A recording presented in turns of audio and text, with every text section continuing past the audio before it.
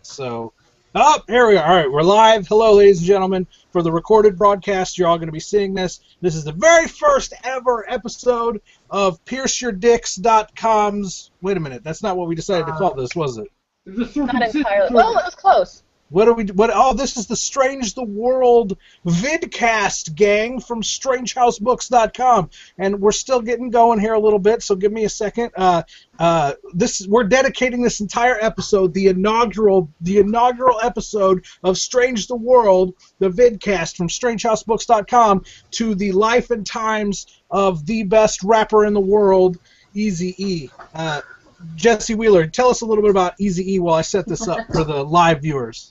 I got a rhyme for the whole situation, and it goes like this. Turn up a little bit, man. Turn up a little bit. Wait, the volume on my what? Yeah, on your cam.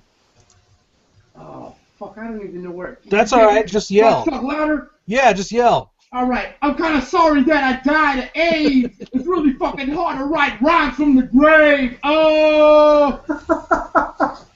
Stand by. Keep talking. Keep doing your thing. Hey, that's all I gotta say right now, man. I don't No, want. man, tell us about him. Solid, dude. Solid. I don't want to disrespect the lyrical legendariness of Eazy-E and what he has contributed to the hip hop community, but not just the hip hop community, but the fucking world. What's significant about Eazy-E today? Well, his death date's coming up on March 26, 1990 something, 90s. And we got to remember that AIDS lives on. Yeah. And Eazy-E is dead. So does that mean the AIDS won? No, that means that we're still fighting the war, dude. Oh, yeah? It won the battle, but not the war? That's exactly what I'm saying. Is that what's up? Exactly it. Sorry. Are we still live and shit, dude? Yeah, we're live. I'm working the magic here. You do your thing. Awesome. All right then. You clean your ears. What else should I fucking talk about, dude? Just tell me. You know? Everybody talk, man. Everybody talk. Okay, tell the viewing audience what the hell is going on with your face right now, Wheeler. Oh, the pink. I'm sure the world is dying to know what the hell's going on with your face. This is me promoting the farrowing right now. What's the farrowing? The farrowing is, if you're not familiar with the term, it is a term used when referring to pigs in heat, basically, when pigs need to fuck and have pig babies, so you can have yourself like bacon and shit and ham. That's really not what the story's about. It's not about ham. It's really about a guy with, imagine a pig with a human head that is an agent from hell that works for a demon that hell is jealous of because he has access to the rest of the world, which means he is a demon of the flesh realm. And all the other demons are trying to fucking get his position, but there's an agent that works for this character that made a deal with the rest of the demons to construct some kind of agreement in which this character receives rape babies on a constant basis. I know I say the word rape a lot, and because I'm a rapey He's guy. just a rapey guy. But it's just a topic for me that I think needs to be discussed more and explored more, because we're not, I think humanity as a whole is raped on all kinds of levels: metaphysical, fucking emotional, physical, religious. You watch Fox News, that's just a constant anal rape fest of your brain, of your brainus. It's a brainus rape fest. And I think the farrowing is my response to all that. And there's a character in there. His name is Pink Lou. His actual name is Pungao Lumrak, but they all call him Pink Lou for short. And yeah, it's weird, I know. Put your that fucking weird face away, dearest. He keeps flipping through stuff. I'm figuring shit out. She does that all the time. Ever since I met her, that's the only way she looks at me. Every fucking time, like, what? Everybody looks at you like that, man. It's not just her. No, she does it like way more obvious than most people. Well, she probably does it better than everybody else too. She does it like it's so clear with her, man. She's so expressive, like, he's I feel you, Katie. I Bluntness. feel you. Bluntness. Oh, All right, dude, guys. Kevin is focused as hell, man. We're almost there. I'm almost done. I don't even know what Sweating, you're Kevin. doing, man. He looks glistening. I'm taking the easy shave. I just embedded the video player on the website, and now I'm linking us over to Facebook, and we'll get going. We'll get started. Why'd you put a Boom. lamp right next to the bowl? Champions of technology. You want to switch sides? Switch sides. No, because this is the comfy chair. Or we'll move our chairs. I see you over there, Pudge. Who are you calling Punch? She's Don't be Pudge. me. I'm Pudge. All right, here we go. We're almost there. We're almost there. Almost. I mean, we've been live for 5 minutes. I'm almost ready to actually I'm start the stroking it broadcast. even harder now. I'm stroking it hard now, man. Are you telling me we're almost there? Do it at the same time, man. Come on, let's go. Oh, man. I hope Danger's watching, man, because he was going to start, like, a whole, like... Nah. What was he gonna do? What the hell was that? Oh, Danger was all like so about to start like a masturbation seminar today. Really? you go up with a twist at the head, and then you go back down. Ooh, Katie is The on it. twist. Man. Katie's gonna tell us all about it. All right, guys, here we go. Hey, Punch me. Oh, Hey. this is it. We are officially starting the broadcast. Yay! My name is Kevin Strange, owner of Strange House Books, and we are live. This is the Strange the World Vidcast. I'm your host, Kevin Strange, along with Katie Dearest and Sean Ferrari. Introduce yourselves. Hi. Katie Dearest and Sean Ferrari, like he just said. And who the fuck are you guys? I'm Easy J Wheezy, fucking representing Easy because he's R.I.P.Z. And I'm KM Teep, and I am not gonna rhyme like that, dude. For all of you laymen out there, that was Jesse Reed Wheeler, the author of the Strange House Books release, Dinner at the Vomitropolis, and the upcoming novel, The Farrowing. And KM Teep, author of the upcoming novel, Slaughtertown Circus. Woo! Woo! I have no woos for that, but Jesse can take the woos. Woo it on, dude. So, woo it. Woo it. Woo!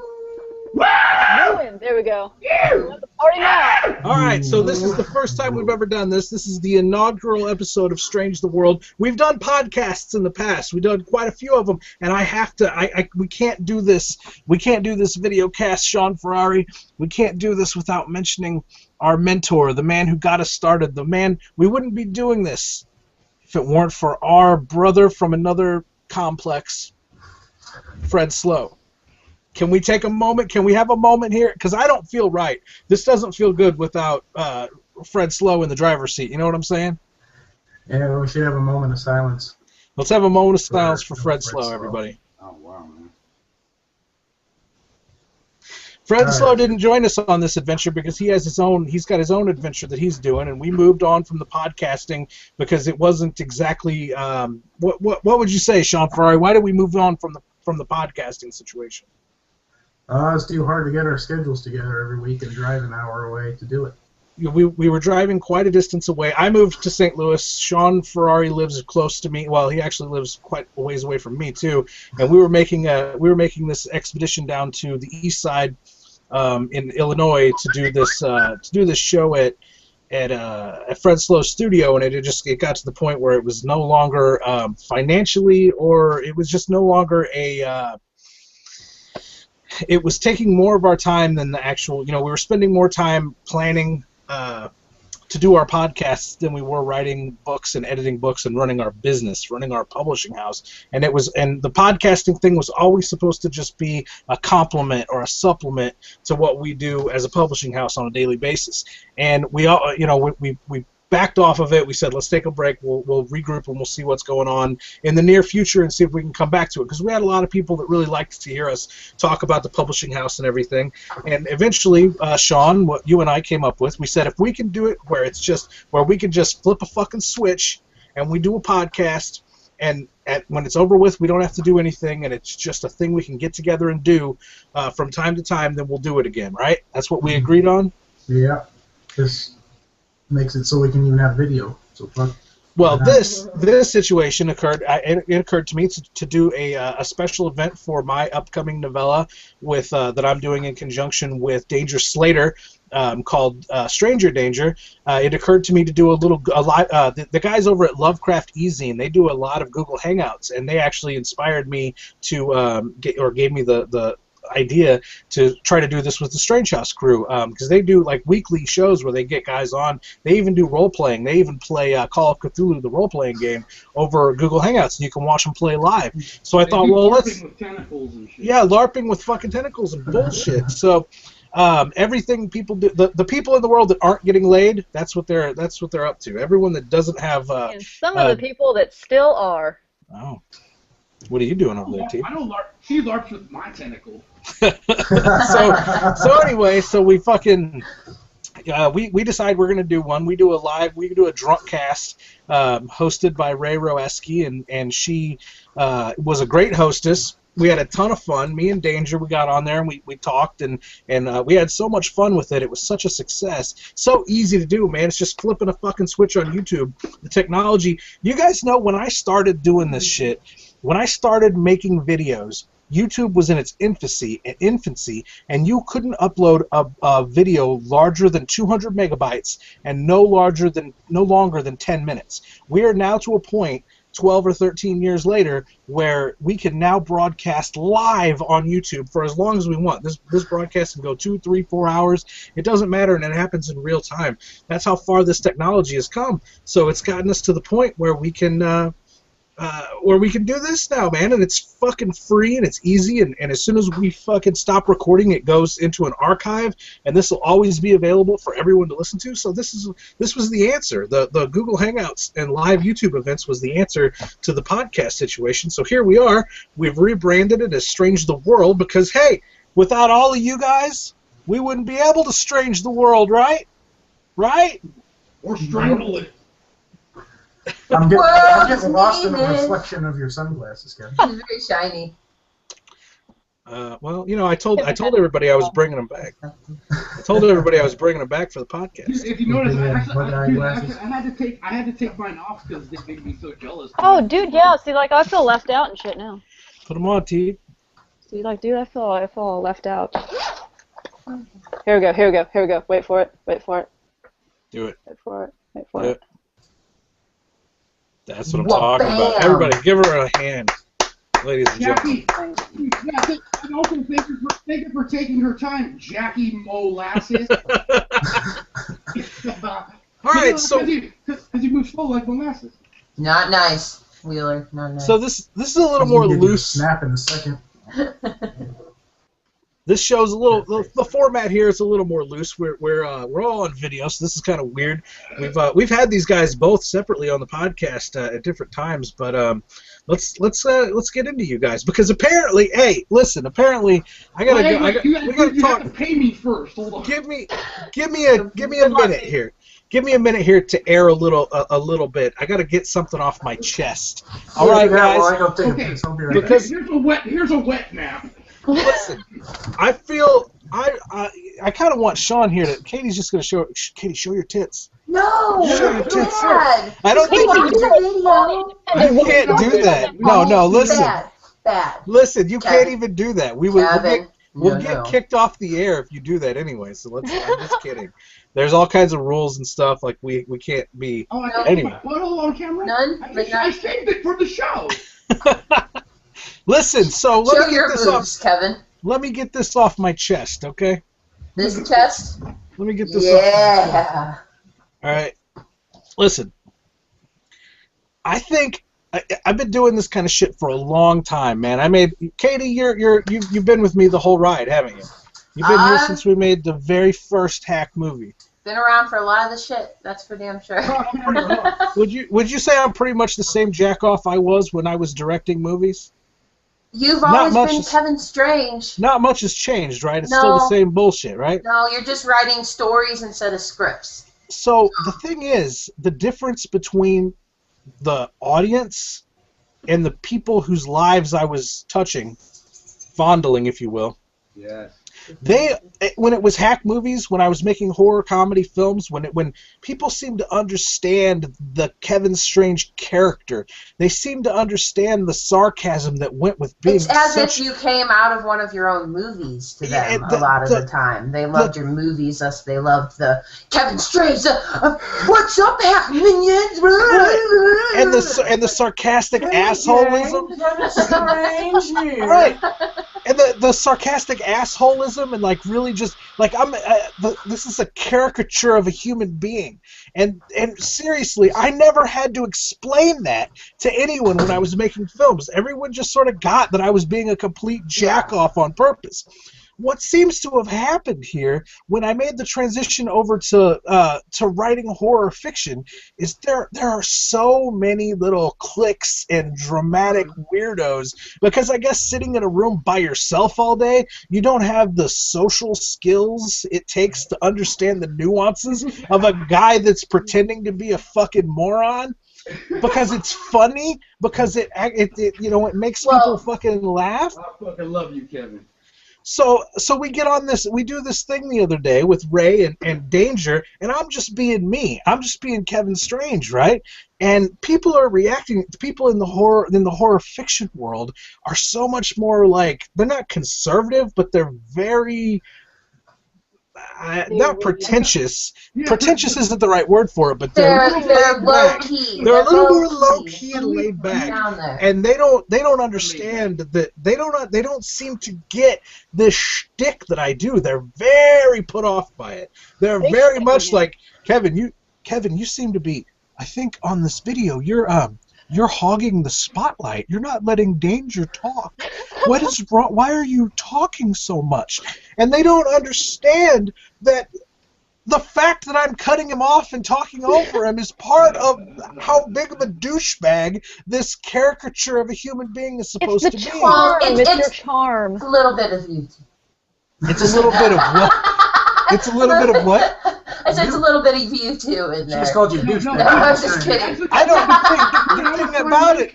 Dude, the point I was trying to make was these people don't realize. They're just not. Really him. It's really him all the fucking time. And they can't fucking get over that shit. They're just like, wait, that's the cockhammer guy. We really like that. That's the cockhammer guy. That's the thing. That's what I was gonna say to Katie. Katie, you know me. You know that this is just me. Yeah. Dude, when I saw cockhammer, hey, by the way, T, maybe if they can't handle you, what are they gonna do?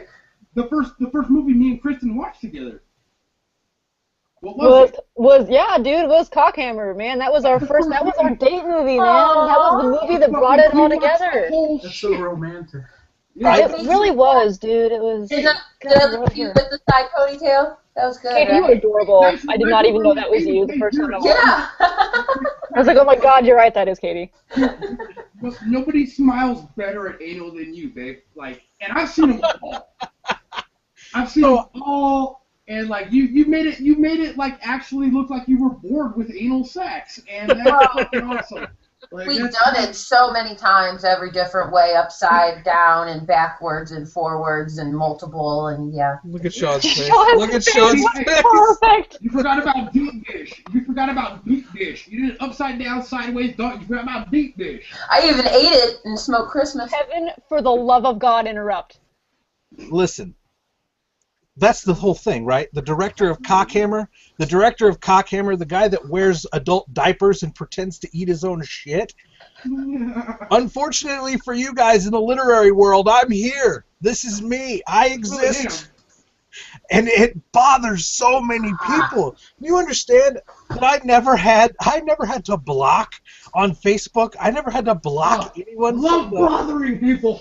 I never had to block anyone from the horror world, like horror movie world. I did countless conventions. I knew so many tons of filmmakers and actors and actresses, and I never got into it with any of them. The minute I poked my head into this little world of horror fiction, That's it's like hello, the director of Cockhammer is here, is there a place for me at the table? And it's, and let me be clear that there's a lot of cool motherfuckers, and yeah. I've been accepted by people that I didn't think there was any way I would ever be accepted by. But there's this like vocal minority of people that are just like, fuck this guy. This guy is a fucking douchebag. Mr. Strange's ass. Fuck that man. You don't matter, Mr. Strange. He honestly does not care about literature. If he cared about literature, he would let other authors talk. And put some brown poop on. Does anybody have some brown poop on? I want a little bit of brown poop on. Your little publishing house, Captain Strange. It doesn't matter. It doesn't mean anything. Brown poop on ass motherfuckers. For those people, I still love you guys. Even the ones I've had to block from Facebook because you're fucking douchebags and attack me and harass me on my own Facebook page while I'm trying to promote other people's books. Anyway. In front of your grandma who's suffering from... That was a little bit of aggression I was not ready for in this podcast, Kevin Strange, and I would like it if we could get back to the topic of our literature. Dude, yeah, everybody just take a freaking deep breath. Goose Fraba. Okay, first and foremost, I want to praise Jesus for allowing Kevin to have that moment. Christ whiskers? Hallelujah. All right, passing it on. Moving on. And all of that shit. Moving on. I have one last thing to add. Of course. For all of you guys, all of the vocal minority that think that I'm a crazy douchebag and I have no business in the literary world, that's fine. I respect your opinion. But please understand I'm not going anywhere. I amended that one. I'm here to stay. And my friends, the people that actually get this, that understand what's going on here, we're all in this little chat room together. Well, there's more. Hopefully there's a couple more of you guys out there. I still love you guys, and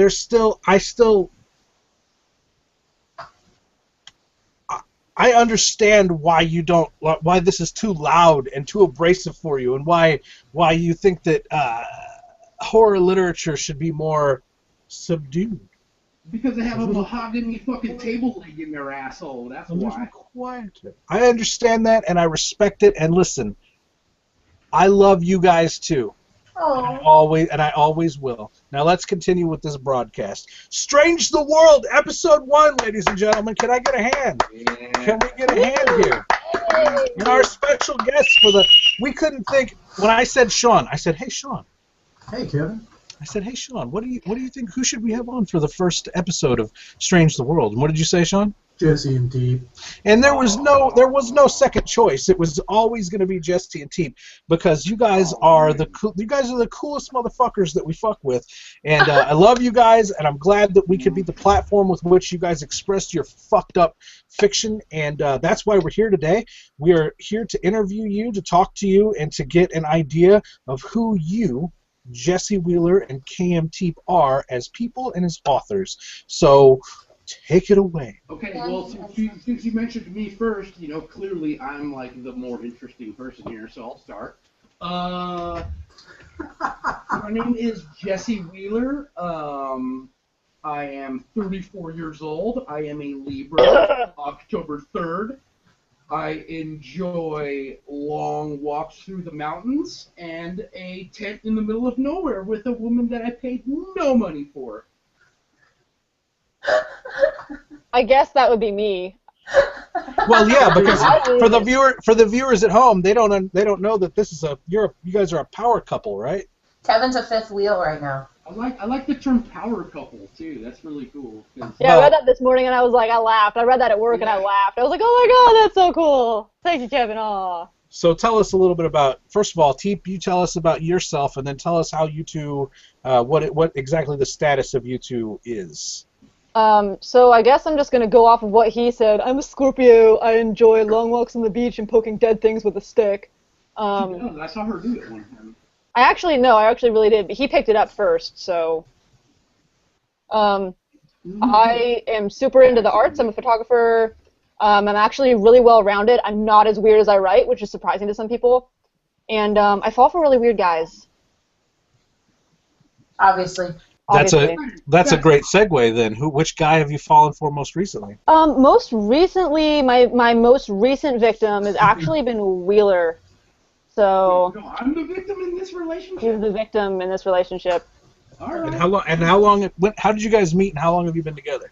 So I met Kevin at a convention. Well, I was in a Rocky Horror Shadowcast as the usherette, and he called me over and was like, "Hey, do this, take a picture of this sexy book cover, with you in your costume." And I was like, "Okay, sure." So I did. And I was like, "Hey, dude, so like I kind of write." And he was like, "Well, send me some stuff." So I did. And then, now let me interrupt for just 1 second here. A million motherfuckers come up to me at shows and tell me, "Hey, I write too.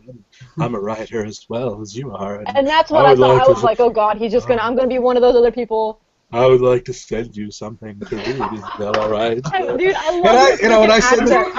Take this manila envelope filled with all these pictures I drew. I've written a poem, Kevin Strange. I would like to send it to you in your email address. May I correspond with you about possibly working together in the future? And of course, here's a pair of my dirty underwear. And I take the Lloyd Kaufman from Troma approach, and I say, "Oh, absolutely, yeah, whatever you got to send to me, just send it on over, and we'll take a look at it. Whatever you." Much to Sean's chagrin, because he's the motherfucker that has to actually go through all these fucking emails that we get.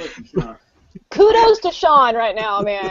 Snaps. Hey, give it up for Sean Ferrari, man. Give it freaking up for Sean. Awesome, Sean. Thank you. Sean Ferrari, for those of you at home that don't know or haven't placed the name with the face, this is the guy that edits every single Strange House book. We have 12 releases a year, including 2 anthologies, and this guy edits the whole fucking shebang. There's a lot of publishing houses that have 2, 3, 4 editors. Strange House Books has 1 editor. His name is Sean Ferrari. We've been trying to get him some help lately, but it's nobody wants to take. They're like, "Yeah, you got Strange House Books." You mean that Kevin Strange character? No, I think we're fine. I think we're okay. We don't need to be dicking with that shit. Throughout the grid, we must have to decline your offer of the massive amount of brown coupon for our muffin stack. All these pretentious fans sound a lot like Cockhammer, actually.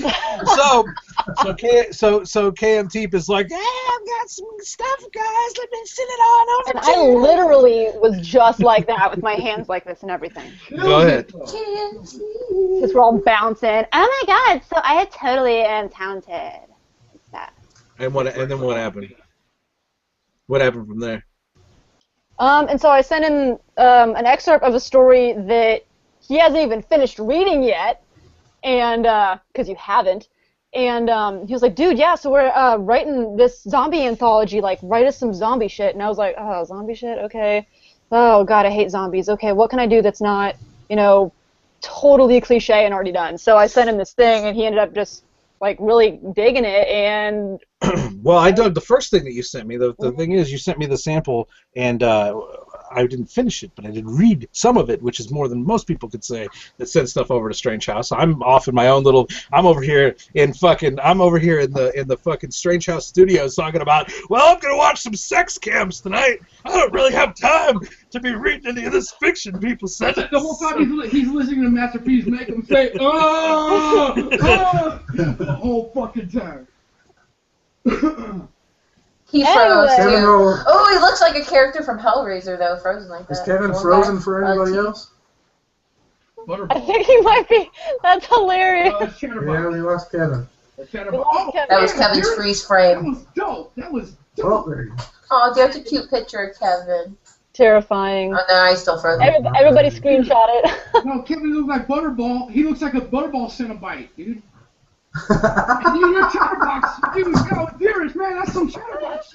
Look at that mouth. Dude, it looks like. Oh my God, ladies and gentlemen, we're gonna try to get Kevin Strange back on the air. Do we really need Kevin Strange? She looks like. We'll be really pissed off if we keep going with that. Think about that. Think about that. The show must go on. Yeah, he can come to my house. I don't have to talk to him. Jesse Wheeler, entertain the people. I have a new story idea. It's called Night of the Walking Waco Victims. And You inspired that, dear, is because your mouth looked like you got raped by a man. You got face fucked by a dude on fire.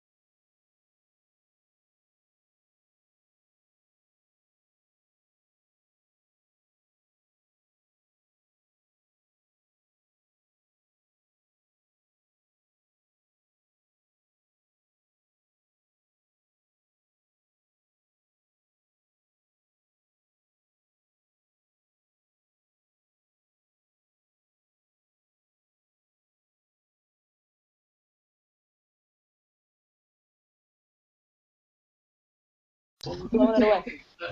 A woman that was all kind of horse-like was jerking off an actual horse. And she was jerking it off. Dude, I swear to God, I've never seen fucking horse dick sucking like this ever, dude. Like, this chick was getting down on this fucking horse, dude. Like, and she was like underneath it on all fours and shit, like with her ass in the air, just hoping the horse would just fucking start eating her pussy, but it wouldn't, you know. And like, she just kept chogging on this dick, just. What did I walk into? Did you? Fucking horse dick, dude. Throwing the fucking horse dick.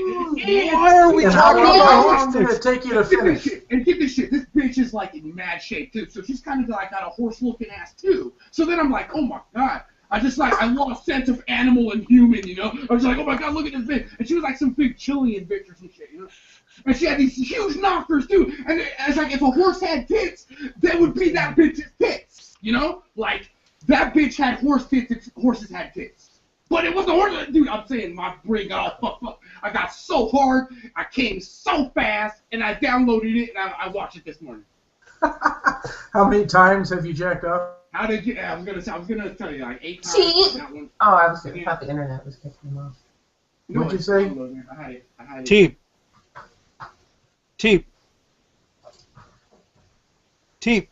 Are you done? Steve? I'm Can you here. hear us, Steve? Kevin's talking to you. Can you not hear him?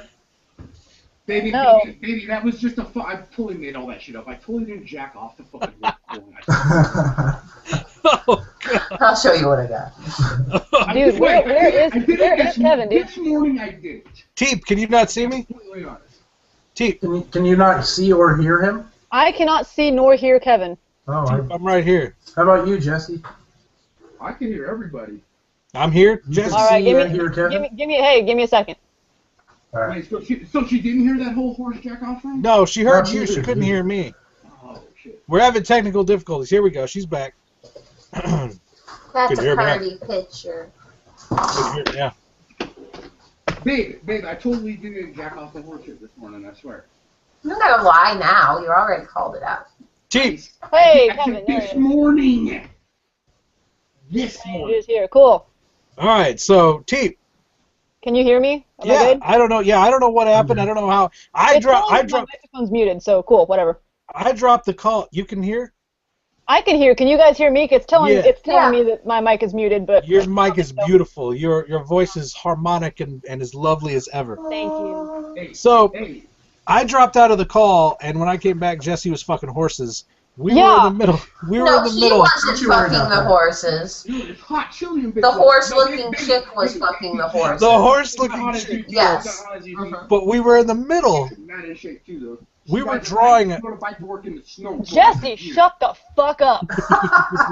We were drawing a picture, if you will. We were talking about your entry that you sent us. You sent us a UFO story, and the voice was so strong that Kitty. The voice was so strong that I was like, fuck yeah, dude, we got a zombie anthology. Kitty, we got a zombie anthology coming up, and I want you to write something for us. And at that Kitty, pussy can't stay away from Strange. At that point in time, we weren't really like asking anybody. We were very much in the phase where we were like, you send us fiction and we will possibly read it and it might make it into the book. Tepe, I think you might have been the first person that I was like, whatever you write, I'll take it. And you wrote us. What did you write us? I wrote you a story called Flush, and you published it, and I nearly crapped myself when I got that letter. I was like, oh my god. And you were like, I've got to turn on the horse porn right away. It wasn't that exciting. Yeah. So and Flush, the story you sent us was so fucking cool. It gets a lot of compliments when people review Zombie Brain Bang. It's almost always the first or second story people highlight as their favorite in the book. I actually included it as the teaser story at the end of Robom Apocalypse, my standalone zombie novella that was supposed to be included in Zombie Brain Bang, but I made it too big. I wrote it too long. The cover artist, dog. Shout out the cover artist. Yeah, shout out to the cover artist, fucking Jesse Wheeler for Robot Apocalypse. Dude, that's a three-way. That's a fucking three-level fucking Kevin Bacon fucking three fucking level shit, dog. The 3 levels of fucking Jesse Wheeler. Jesse Wheeler and his horse porn. The 3 degrees of Strange, man. The 3rd degree of Strange. You wrote the book. I did the cover. You put her ass name on the back, dude. And Sean Ferrari edited it. It was a whole thing. Oh, it's a 4-way. I sold it. Oh my god, there's a cat. Yes. Yeah. He's got 6 toes. Show him his paw. Put his paw up to the... Look, this broadcast isn't about Rocco. This isn't about my little kitty. So weird. He feels neglected. Cat. He feels neglected. He doesn't, he wants his daddy to hang out with him. He's meowing, and so anyway, I'm just gonna love on him a little bit here while we talk, so he leaves me alone. Whatever, Kevin. You're just distracting our audience with your cat. So anyway, so that began our relationship with Kristen Tepe. How did our relationship with Jesse Wheeler get started? Who edited my shit first, man? Let me get her. Hey, dude, Strange, were you the one that edited the Undying Urges, man? Was that you? That was fucking Sean Ferrari. Yeah. Sean Ferrari, you edited Undying Urges, right? No. No? That was a previous editor. That was a previous editor. I don't want to name names, you know. Oh God. Oh. Okay. So how did our relationship start, Jesse Wheeler? I wish I had pussy crawling over my shoulder right now. How did we hook up with Jesse Wheeler? How did Jesse Wheeler and Strange House Books collide? Facebook, right? There's a fucking Facebook deal. Yeah. What had happened was I was, as I am wont to do, stalking Carlton Mellick, the most famous writer at Eraserhead Press. I was stalking his Facebook page, and Jesse Wheeler had recently made a post about, yo dog, yo Mellick dog, yo hey wheelchair here in the house. I was wondering when you were gonna let me do you a book cover, yo. Hey, there it is. You gotta talk so it shows up in the main. Say something, Will. I didn't do that. Oh, look, it matches my face. Check that shit out, dog. So I saw him. Yeah, I saw you on Mellick's page asking him to do a cover for him, and I clicked on your page, started looking at your stuff, and you know which picture sold me? I can tell you right now which picture sold me. Huh. You drew a fucking picture of the Big Lebowski. Oh, that's the one that got you? You've got a Big Lebowski fan picture there on your Facebook page. But I call that one 3 clicks outside the bowling alley. That's the name of that one. So I sent you a little Facebook message and was like, hey, I got a little publishing house. You want to fuck with us? And what did you do? I was like, well, you asked me about art. I was like, absolutely, maybe, or yeah, or what hole do I have to put it in? I think was my initial response. But and what was the answer?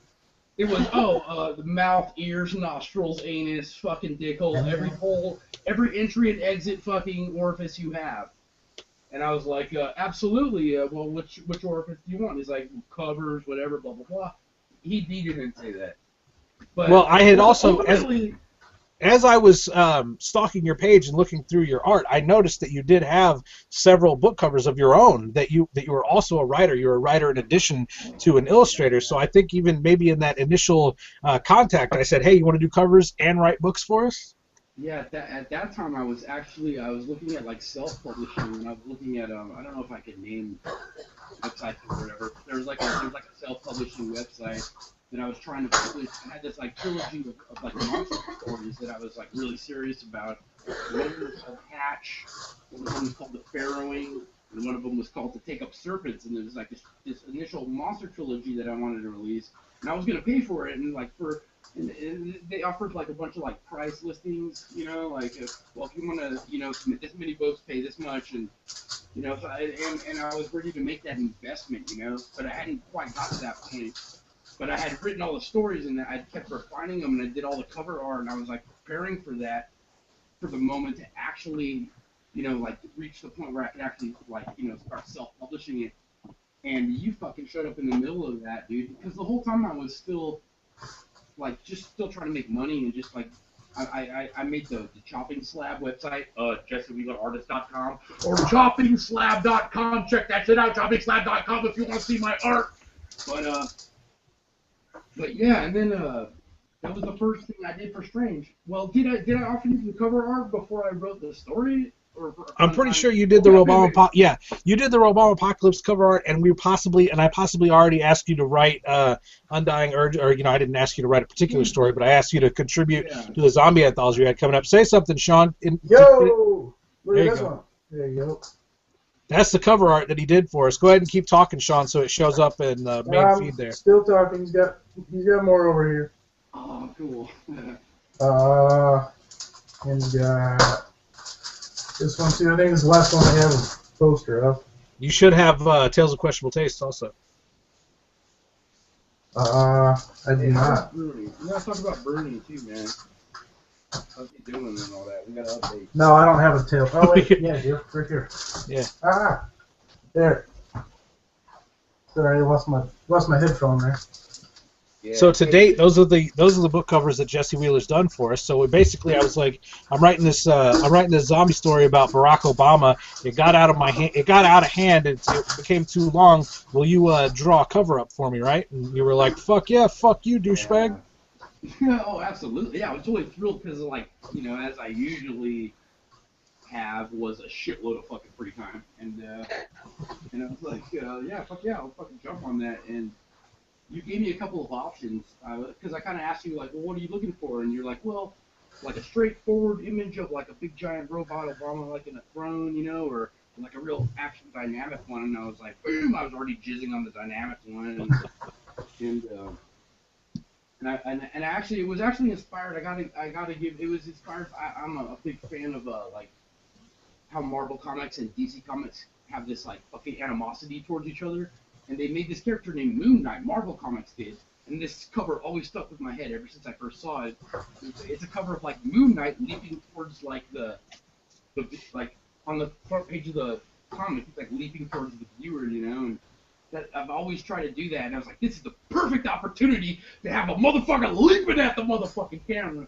And not only that, but have a fucking robot made out of zombies and the whole shit. I was just like, dude, I jacked off like 8,000 times while I was drawing that one. Like, I was like, it's hard to work the keyboard and the fucking mouse, man. Man, it was like I was multitasking like a fucking Filipino tweaker in fucking Tijuana trying to make a pair of shoes.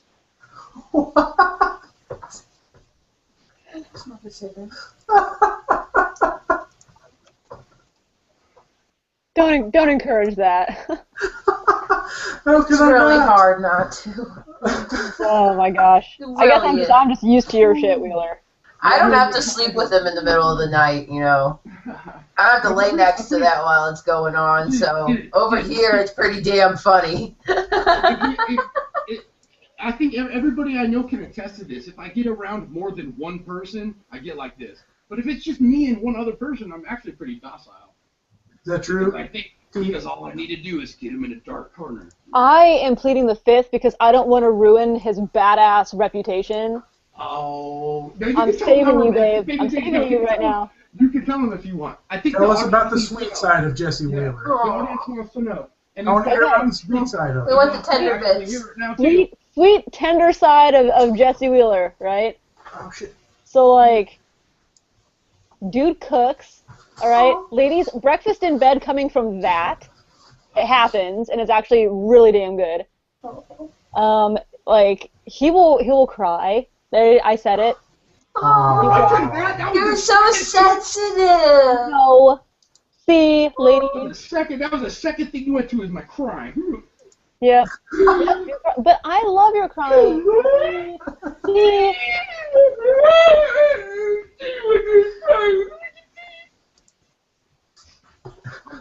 Really, though, when you look at your writing, dude, like,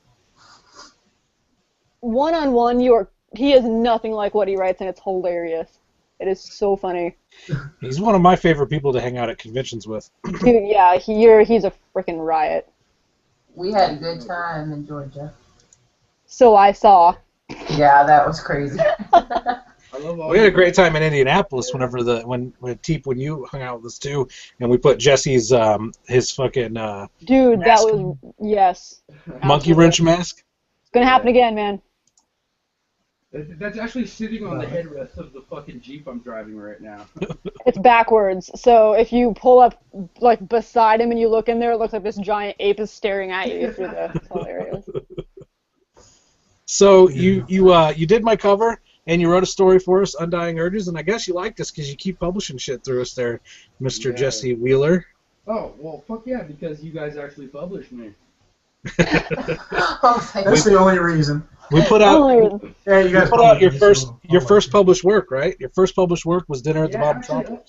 Undying Urges. Yeah, that was the short story was Undying Urges. Yeah, but my first trilogy, I guess my first standalone name title was Dinner at the Metropolis, and I've been thinking about that for a long fucking time. You know, I've been like fantasizing that concept of like a gross out, like, you know, like the 80s melt movie, vomity, gross, super colorful, like psychedelic image of what splatter horror used to be, like in the 80s, you know, and it's like, it's an idea that's been lost, I think, to the movie world or just whatever creative world, and I wanted to refresh it a little, I guess.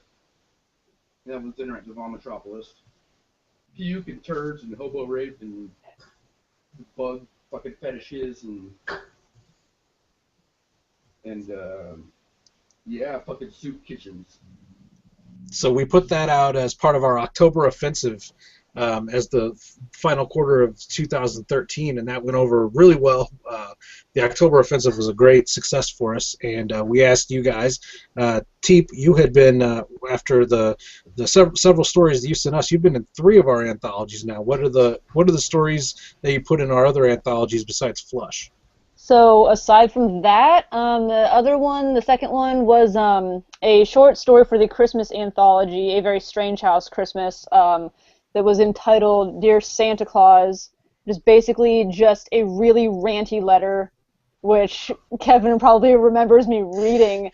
Yeah. In the hotel room. Yeah, we put the kibosh on the podcast before that got to air. Before we got to air those, we were doing, for the podcast, what we were doing was we would record short fiction as audio stories, and one of our segments in our podcast was audio fiction, and we put music behind it, edited it really well, and I thought they were awesome, but it turned out nobody gave a fuck about our audio segments, and they just like this bullshit banter that we do back and forth with people and trying to be funny and dumb and obnoxious and shit. So when we came back, one of the first things that Sean and I said was, if we do another show, we're not going to do the audio story segments because they're so time consuming. They just take forever. Like we spent a whole night in a hotel room recording stories for you two when we were in Indianapolis. Correction on that. Strange. Okay. You spent about 45 minutes recording me and like 4 hours recording Wheeler. I expected Wheeler to get on the fucking microphone and just kill it, because the dude can just. Because let's hear a little bit of a freestyle. Let's hear some MC Wheelchair. Right now, shit. On that night, I remember that I was loaded. I tried to say some shit out of my mouth, but my tongue felt like it was bloated. My brain almost exploded out of the fucking window of the hotel room, and somebody had to pick up a broom on the bottom floor. Nobody more around to stand around. All the brain matter on the fucking ground coming out of my mouth when I fucking sat on your couch. And so I figured bake your fucking house and then fucking. And I could be a one-man caboose. I remember that whole thing, dude. That's funny. Yeah, I figured he was gonna jump on the mic and just absolutely kill it and just give us a reading front to back. And it turns out it was Sloth from Goonies trying to read Shakespeare. It turns out it was Tepe that just got on there and murdered it. She would fuck up maybe 2-3 times for an entire story. She would go like 15 minutes without making a single mistake, and Jesse would get on there and be like, he opened the door. One more time. He opened the door. Oh, come on, give me a second here, guys. He opened the door. No, he opened the door. He opened the. And it just went. Not too big of an exaggeration. That's like. It's actually not that much of an exaggeration. Actually, that was a hard time. It was like, man, I felt bad for you guys because like we committed to it, and then I just felt like I was dragging you guys like by your balls through a desert of glass. You know what I mean? Like that's what I felt like. I was like, man, sorry guys. Well, we're on for the ride now. It's like yeah. And then the more I thought about it, the more my dick got hard, and I enjoyed the whole thing. I came before I was actually done doing that reading. Without touching my dick, that's how good it was. Moving on. So, no comment. All right. Let's see. Yeah, kids don't fucking. So tell us another. What is you have another story, Tepe? I'm trying to keep this thing coherent. Trying to keep it going. Okay. So, trying to keep this train moving forward. Okay, so with moving forward after that Christmas story was another story in the Strange Fucking Stories anthology, which is right now like my pièce de résistance, or my pinesse de résistance, I guess you could say. Anybody get it? Anybody get it? Cool. It's called Cock Block, and that is my favorite thing right now that I've written, and it cracks me up to read it sometimes. Did you get your books? I sent books down to Jesse's house when you were on vacation down there. Did you get them? Got them. Yeah. Excellent. I did. Got it. Much to everyone's chagrin at home, why don't you grab one of those and give us 5 minutes? Go ahead and read. My imminent pleasure. Yeah, give me just a second. You remember what we said, Sean, that we weren't going to do any readings? Already. Episode number 1, we're going to do a little bit of... Because why not? Because fuck you people. We run a fucking publishing house. If we want to read something out of our fucking books, we're going to fucking read something out of our fucking books. Suck my dick. Sit back and relax, man. You're just sitting there eating your fucking popcorn anyway, listening to us fucking talk shit. So listen to a little bit of fiction. Is that really so? It's not like we're making all this up anyway. Hundreds of miles away. If you didn't freaking like to read our shit, why are you watching our shit now? Why are you even watching our shit now? Yeah, why are you watching our shit now? You don't like reading our shit. Why are you even watching our shit now? Alright, what part from me, Kev? Whatever you want. Just give me 2 or 3 minutes. Listen oh my god. This is from what is the show the cover of the book? This is from the latest anthology, Strange Fucking Stories, with a huge glare on it. There we go. Strange Fucking Stories, ladies and gentlemen. All right.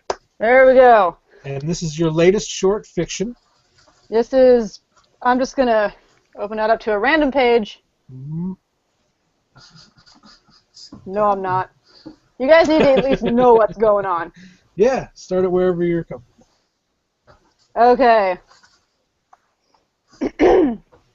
Maybe he shouldn't have spoken too soon.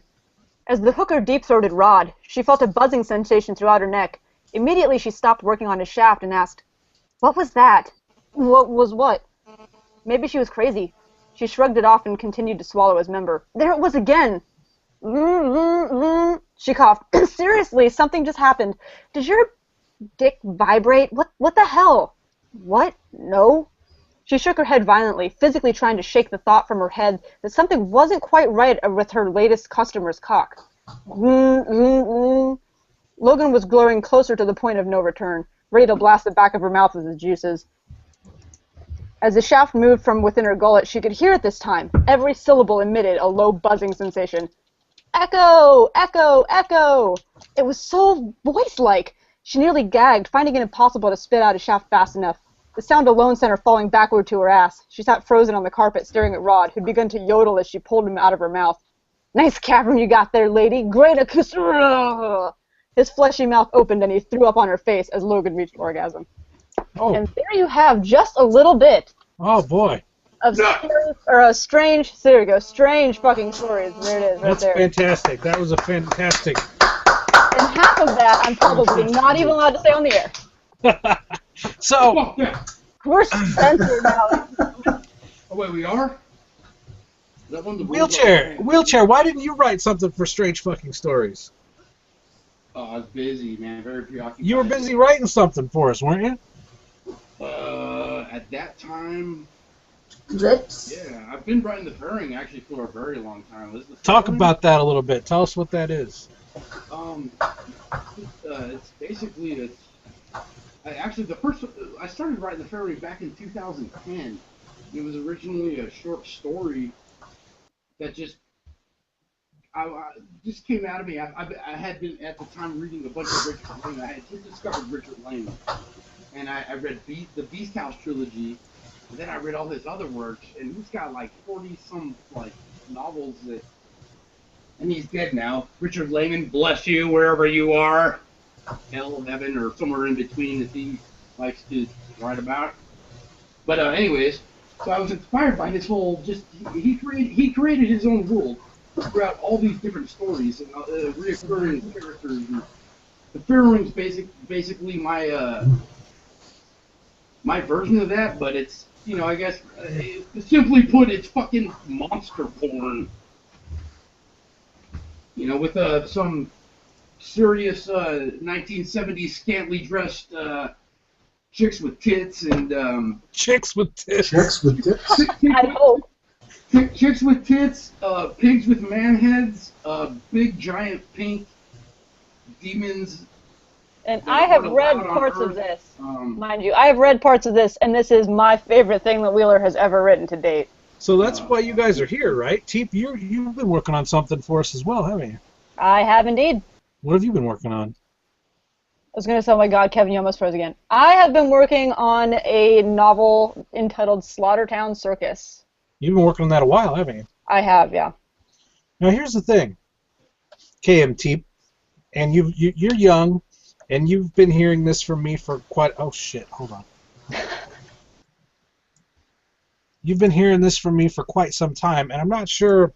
a lot of people, they have to struggle for a long time and deal with rejection a lot, and they have a lot of self-doubt and a lot of fear about their writing and their voice as a writer. And I've sort of been encouraging you since the moment you sent me the very first thing you ever sent me. And I don't think I've rejected anything you've ever sent us. And all the stuff that you've pitched to me, I've been very positive about. But you've only written a few short stories that have been published, and you immediately began work on a novel.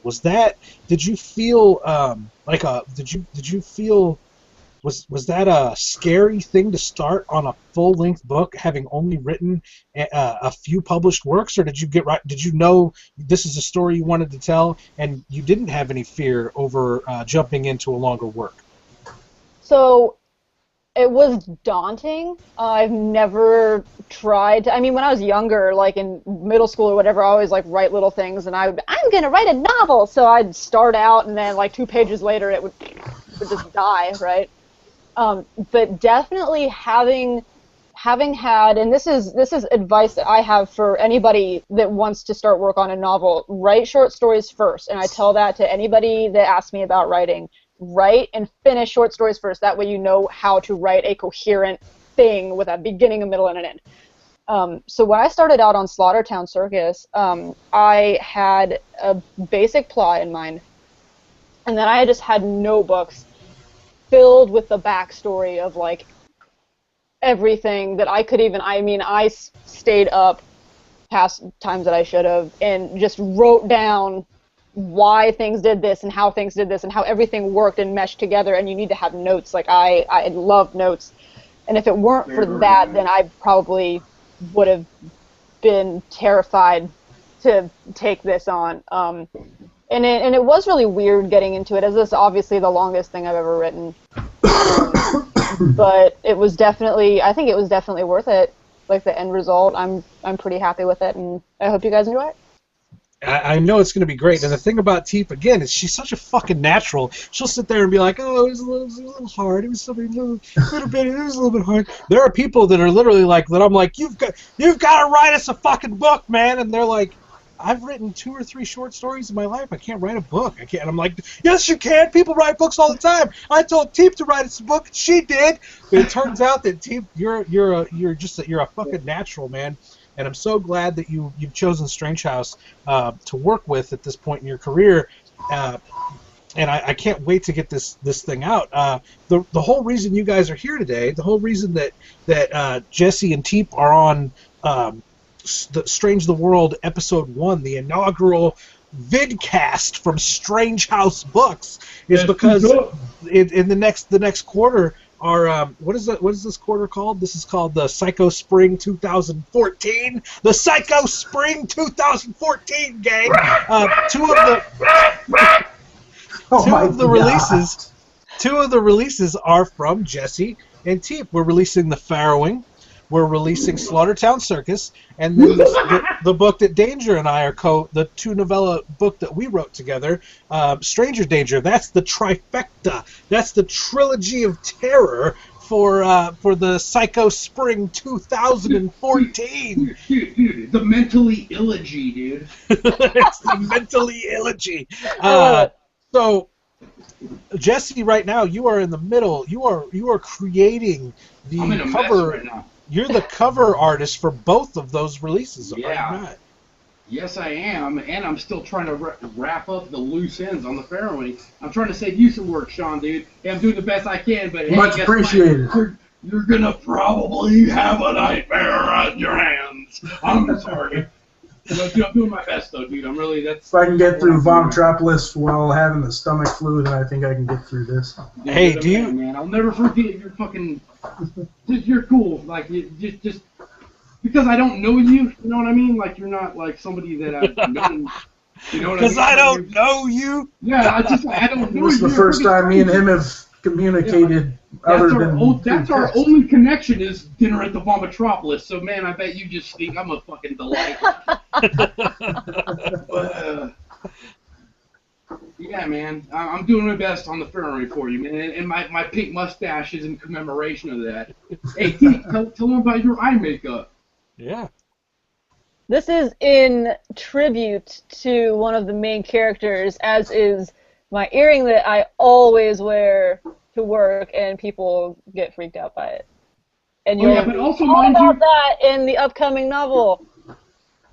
Yeah, but also mind you, my pink mustache and pink facial hair has nothing to do with any character in my book. No, it's pink. No, when Jess first did this today and he showed me this, I was like, you look like the freaking gayest dwarf Tolkien could find. When he did it today, what time did he do that? Oh, God, probably about 8 20-something, No, so he's had it on for quite a while. I remembered I had a pink roll of duct tape, and I just bought a black light, and I was like, oh, let's see. Messing around with his blacklight. Hey, wheelchair. Yeah. Hey, does your webcam come off of your computer, or are you talking directly from? Oh yeah, it comes off, man. Why you guys Can want you? to see the apartment that I reside in? I want to. Well, I want you to flash us a sneak peek, a sneak preview of the covers of the books, if you have enough done to give us a little. Who's that? Wait, hold on, buddy. No. Dude, I have a little bit of mine that he's been working on here. You want to see it? Yeah. Yeah. Here, I printed this out earlier. Can't see anything. Blank. Just see a white piece of paper. It's a white piece of paper, yay! That's a tampon. She hasn't It will be something. What do you got, wheelchair? Wait for the cover art. Yeah. Nothing, dude. Not right now. I Hence swear. this. There you go. There it is, ladies and gentlemen. That's exciting to me. I think it looks amazing. All right, wheelchair. Aren't you Yeah, supposed to turn in the cover in 2 days? Yeah, don't worry. I got it covered, dude. I'm free now. I am free. After this night, I am free. Do you have the Fairwing? I have the old Ferrari, but I have a new concept that I want to explore. Yeah. But if I can't fucking reach that, yeah, I'll just throw the old one. Look at Sean. Look at Sean. Okay, everybody. Yeah. Hey, I'm truly more concerned about the content of the literature. Yeah, I'm sorry, bro.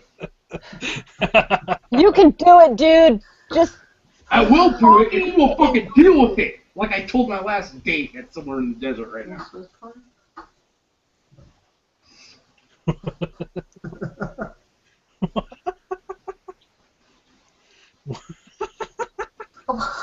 What are you cracking up about? We're going fucking rave. We're going rave style now. Answer storm button down. All right. So I want to do one more thing. Wheeler. All right.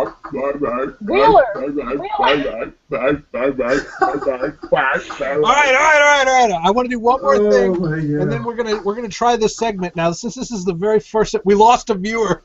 We lost a viewer during that. Thanks a lot, wheelchair. Thanks a lot. We lost 2 viewers during that. That was it. We win. This is what happened. This was one of those literary guys that were like, I don't understand. Brown coupon. I don't understand. Is he trying to be funny? Because this isn't funny. That's one of those This isn't what I consider humor. a motherfucker that prefers gray poupon over brown poupon anything. So tell the viewers at home how you, we got all our viewers back, by the way, how you guys hooked up, how you guys got into your relationship, as it were. Dude, I'm like Predator in a rave party. Aww. You got to talk when you hold it up, Teep.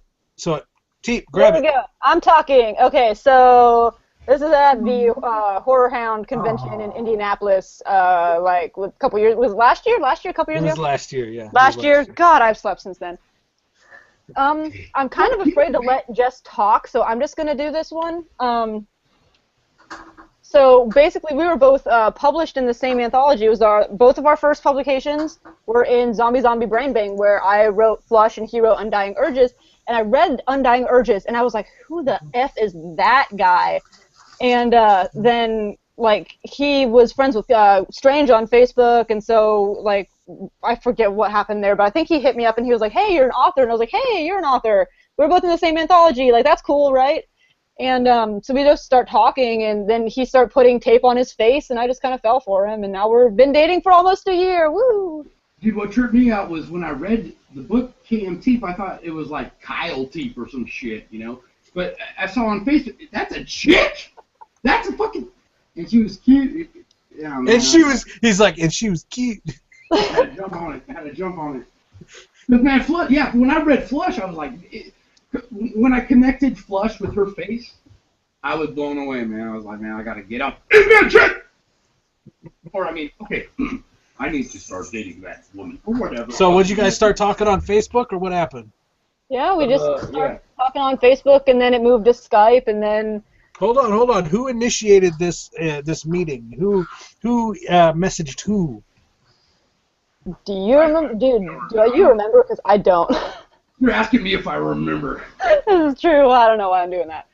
I think it was, no, I do remember what happened now. I freaking remember. Okay, so Strange, you had said something on your Facebook, and then I saw that Wheeler, and I was already friends with Wheeler, right? Because he just adds every author and Bizarro person that there is. Not everyone. No, not everyone, dude. Almost. Anyway, so Strange, you had said something, and then I came back and I was like, said something, and then I messaged Jess because he was just on, and I was like, what do you want to bet he'll say something about my ass? Because that's when you were still trying to freaking pick me up. Hey. I use the word butthole, though. I think it's more effective. But yeah, I was like, I'm pretty sure he's gonna say something, and then we just start talking then, and then it just moved to Skype. So it actually was on Kevin's page that we first initiated contact. That's so fucking romantic. So Kevin, you're like little wings, you're a matchmaker, you're like a little Cupid. Then you guys totally need to. You guys have to let me watch you fuck. That's okay. You guys met on my Facebook page. You have to let me watch you guys fuck. Dude, honestly, though, I must express my affection for Kristen too, because my whole life I've always been chasing the chicks that I've seen that are like these like crazy fucking big titty model fucking booty swinging bitches. Sorry, T, but you're not one of those. But I am not, clearly. Your brain is fucking, it blows me away, and that was the first thing that drew me to you, was your creativity. And when I connected that story with your face and who you were, and the more I get to know you, it continues to fucking, I'm losing my romantic streak. It continues to fucking, it continues to make me overload. more. It continues to make my dick hard. Danger, Jesse Wheeler. I lost and I couldn't keep it romantic for long enough. Hey, let's give it up for the 5 seconds he kept it romantic. People here. All right. I give you 2 claps for that one. So listen, hey, you guys recently got to spend a lot of time together. Didn't you guys spend almost a month together? Oh, yeah. Okay, so it was supposed to be 2 weeks, and it turned into 3 because some transportation fell through. What kind of transportation? The Ghostbusters fucking bus. So was that a good 2 weeks, 3 weeks? You guys are still talking, obviously. Dude, I miss that fucker. Oh. Maybe I found one of your hairs. And I know it's confusing because you're like, but yours are way darker than mine. And I knew it was yours because you don't use the same shampoo as I do. I buy some good ass shampoo. My hair's be all fucking thick and strong. And I found this curly ass teeth hair, long black curly teeth hair, and I choked up a little. Oh. Jess, any curly hair that comes from you is your pubes, I'm pretty sure. Well, if my pubes were that long, I wouldn't be able to fucking jerk off without combing my pubes first. Like, I would have to, like... You have to, like, braid them, I guess? Yeah, I'd have to, like, yeah, absolutely. My dick looked like fucking... Kevin, what were you saying, man? I'm just honored that I was able to, be the love connection between you guys, and it makes me feel really good, and it makes this whole Strange House experience feel a little bit more like a family. And it's that's the reason that I called this the Strange the World podcast, is because together with relationships like Jesse and Tepe, and as dedicated to Strange House as Sean is, and with guys like Danger and Kevin Sweeney and Adam Millard and Kent Hill and Craig Mullins, whose book I have displayed proudly right here. You guys all make this, together as a team, as Team Strange House, ladies and gentlemen. Hey, Katie Dearest, you're the Twitterer. See if you can get. Hey, you guys Twitter. Teep, do you Twitter? Jesse, do you Twitter? I tried. Hey, hashtag Team Strange House, motherfuckers. Hashtag Team Strange House. You know what I'm saying? Together. We're gonna strange the world. In my tits and in my balls. That's I know the best that place to start. as we build this team and this team comes together and becomes like family, becomes these close relationships that we form like Jesse Don't put and that Teep kind have. of pressure on me in a relationship, dog. We're gonna strange this fucking world. Cry and get pissed at us. We're gonna strange this fucking world. What are we gonna do, Katie dearest? Strange the world. Are you hashtagging for me? Hashtag Team Strange House. Yeah. I'm eating Team Pop-Tarts. I'm eating Pop-Tarts and I don't know where my phone is. Hold on. Hashtag I'm eating Pop-Tarts. Hashtag I'm eating Pop-Tarts, motherfucker. You Hashtag have time for Twitter? Pop-Tarts. Rash bag! Rash bag! Hey, Wheelchair, I got a question for you. Then after this, we're gonna try a Q&A segment, and in the future, for everyone that watches this this video cast as an archive, what we're gonna do when we go live with Strange the World, we're gonna give our fans at the end of each episode, we're gonna give you guys an opportunity to actually, well, on Skype you would call it Skype in. What do you call it on Google Hangouts? We'll give you a chance to hang out. You get a chance to hang out, and we'll bring you, if you want to. A Google gangbang out. Yeah, we're going to Google gangbang. That's what we're going to call it. The end of the last segment of the show every week is going to be called the Google gangbang. And for the Google gangbang, there's two ways you can communicate with us. You can either send me your email on Facebook or in the comments on YouTube, and you can come in you can hang out with your video, and you can be a fan on the show. We can have up to 10 videos on each in the live broadcast here. So we're going to do the Google gangbang at the end of each Strange the World segment. The other way, if you don't have a webcam or you don't feel, if you don't want to come into the chat itself, if you feel intimidated by all of our quirky personalities, all you have to do is ask us questions in the comments on YouTube. I've got it up right now. I see what all you guys are saying in there right now. So guys, get your questions ready and get us a few questions. Send me on Facebook. Send me your email address, your Gmail address, and I'll bring you in. I'll invite you into the chat, and you can talk to us live on the air and ask us questions, or you can submit your questions in the YouTube comments. I'm looking at those in real time. So while you guys are getting those together, we might not have any. This is the first time we've ever done this. These motherfuckers don't even know what we're talking about. We just came up with the name Google Gangbang. So while we're getting the Google Gangbang together, what the fuck is Jesse doing? He's just Wheelchair. throwing more and more tape on his face. Wheelchair. How did you come? You know, we talked about you found Strange House, or Strange House found you because you were posting on Carlton Mellick's Facebook page. You held up a Carlton Mellick book. When did you first learn about Bizarro fiction and Carlton Mellick and the whole movement, the Bizarro movement that brought us all together, the Bizarro movement that created the opportunity for a publishing house and a team like hashtag Team Strange House to exist? Tell us how you came into this world, Jesse Wheeler. Into the world of writing horror literature. Well, it all started with Jack Ketchum, the book Off Season. I found an unedited copy of Off Season, and what are you laughing at? I really can't take it seriously right now. Oh wait, yeah, I can't talk really with tape. Yeah, I know. Do it. Leave it.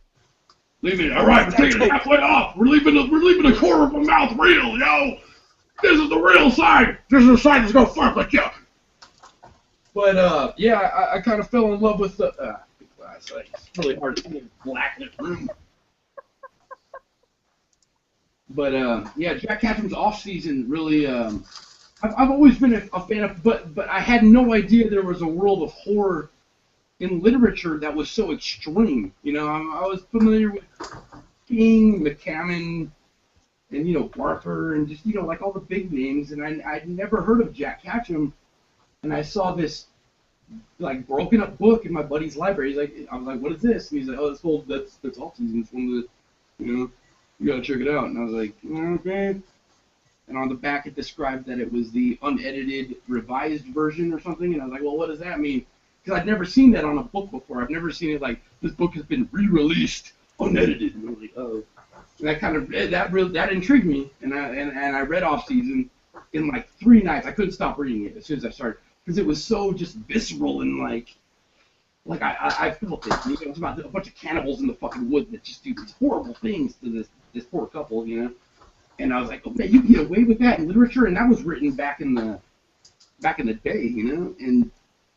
And then from then from Ketchum, then I was exposed because he thanked, I think, a couple of authors in his, and then I was exposed to like Layman, and then from Layman I went to Keane and Smith, and then I found Ed Lee and read The Big Head, and then I think The Big Head was what triggered me to actually fucking just go for it, dude, because The Big Head has no fucking boundaries, dude. Like, as soon as you start reading The Big Head, you're just like, you're fucking your eyes and your brain and your back of your cortex and everything, like the thing in your head that speaks to you as you're reading is just saying, stop, please, stop. Like, it's like your consciousness is telling you to stop reading it.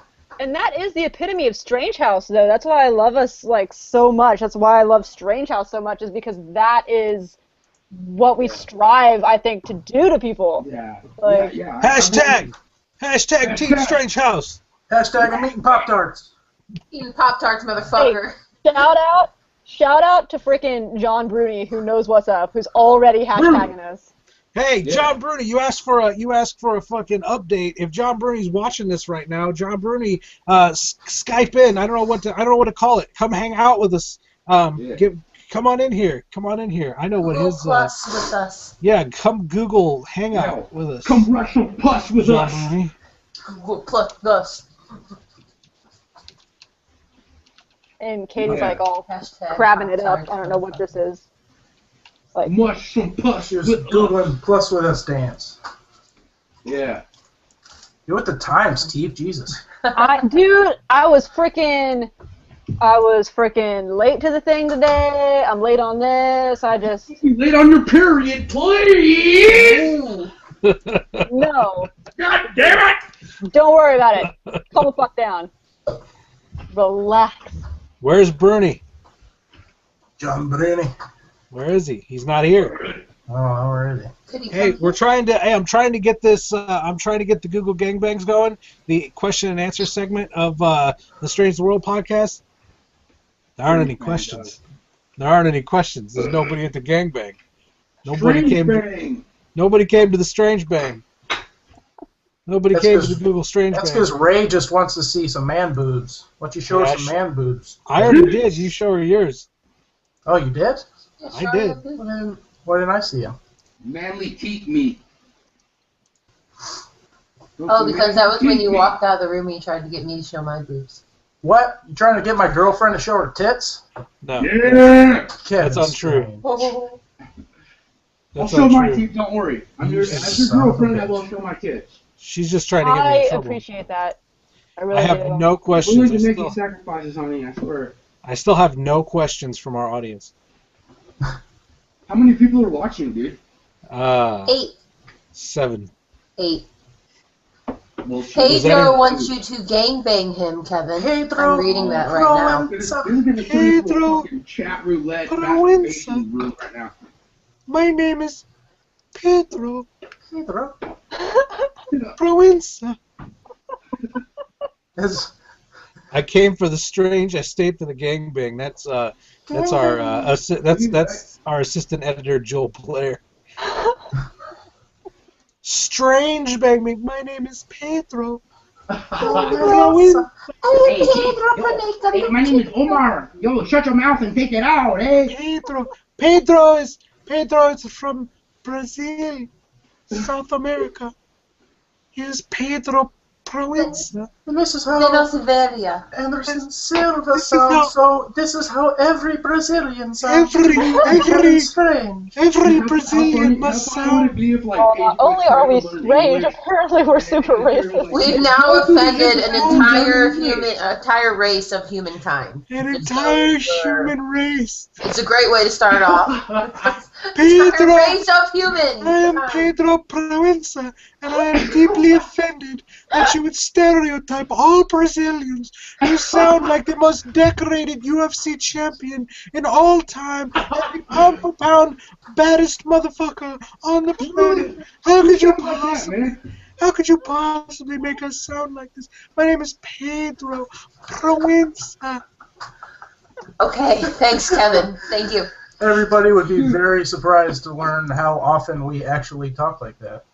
That was just like some kind of like, it wasn't really distinct. It was just like foreign sounding.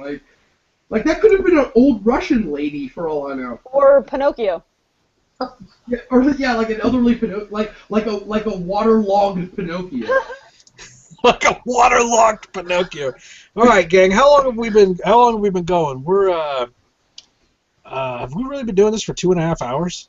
Really? No, an hour and a half. An hour and a half. We started at 9-ish, and it's 10:30, so that's fine. We're good. I was hoping to keep it at around an hour, so I thought we might need to stretch time, but we're actually done. So hopefully in the future we'll get more of the Strange Bang, the Google Strange Bang question and answer segment. But this is the first show. This is our first time doing this, so hopefully we'll find a nice time slot where we can always do this. And Jesse and Kristen, did I miss anything? Is there anything you guys would like to add to the discussion here? I love you, man. Okay, thanks for everything, and thanks for giving me the opportunity. Powerful Strange House. Hey, everybody, we got to say this together as we close this out, all right? What we're going to do, we'll practice it first, and then we have to do it for real. You don't have that retarded entrance thing where you have gather around, and it just we like that. That was a cool thing. Oh, that was a cool thing. We like that. Hey, listen, as I learn the technology more, we're going to have an intro. This is the intro. I'll tell you the intro right now. Jesse, do some weird music with your voice. Just give me some like atmospheric weird. This is how this is what the intro is gonna be. This is the intro, right? Strange the world. Strange the world. Strange the world. Strange the world. Strange the world. Strange the world. Strange the world. Strange the world. Strange the world. Shut up. Listen. Shut up. Listen. Hey. Shut up. This is how we're gonna listen. This is how we're gonna end every week. This is we might not do it every week. This is how we're gonna end every show. Wheelchair! This is how we're going to end every show, right? We're going to practice it once, and then we all have to do it. This is how we're going to end every single show, all right? What I'm going to say is thank you for the broadcast, and we all say together, we couldn't do, I don't know, hang on, I had this all in my head. And then you guys, way to go, Wheelchair. Why don't we just stick with what we just did? Shut the fuck up. Shut up, Katie. Starting to sound a little too Mr. Rogers type. This is what we're going to do. We're going to say, I gotta together. Say, props out to Eazy-E! Eazy-E! Hey, dude, Eazy-E, hold up! Eazy-E, ladies and gentlemen, one more time before we go. A couple days from now, a couple 10 years ago, Eazy-E got put in the hole for fucking the wrong asshole. Let's give it up. Easy. All right, Easy. Hang on, hey, we got a question. We got one question here for our Google Strange Bang. Oh, I'm afraid. Here it is. Wheeler, what is the best food to eat while reading Dinner at the Vomitropolis? It would be a homemade soup made out of mayonnaise, bacon fat, dog food that has been soaked in warm water and strained and then poured into a big bowl. A couple of those old Micro Machine toys. A couple of used tampons, preferably scabby. If you can't get a scabby used tampon, then get a fresh one. A fresh one will suffice. But if you really want the full flavor, you want those little fucking menstrual chunks in there because those really bring out the beef. And I don't know, a fucking rabbit asshole and a fucking dead nuke's dick, whatever. Moving on. Easy. This is how we do it, Easy. This is how we do it. AIDS. This is how we do it. This is how we're going to end every podcast. I'm going to say, what can we do, gang? What can you do? And then together we all say, together we can strange the world. All right? So let's practice once. All right, everybody, thanks for watching. What can you do? Together we can strange the world. There we go. We didn't do that together at all. I We didn't thought, do it at all. All right, ready? That's One. stupid, Kevin. I think we One. should change it. Shut the fuck up, Katie. 1, 2, hey, 3. Together, we can strange the world. All right. That's good enough. I'm happy Katie with and that. Sean don't like it. I think we can work with it. Thank you, ladies and gentlemen, everybody. You've all been great. Teep, Jesse, we love you. Sean and Katie, we love you. We love all of our viewers. Thank you guys, everybody, for watching us. Thank you, Pedro Proenza, for your question there at the end. For that was you broke our cherry. You popped our cherry. That was the question was from Pedro Proenza. Pedro is an old Russian woman. Pedro. You asked us the very first question for our Google Strange Bang segment of the show, Pedro Proenza. I have made Strange House history because I am Pedro Proenza. We will see you all next time, and together, gang, only together. Strange the world. We can strange the world together, gang. Only together can we strange the world. Goodbye. Goodbye. Goodbye, ladies and gentlemen. Goodbye, Pedro Proenza. Goodbye. We love you. We love you, Proenza. Pedro.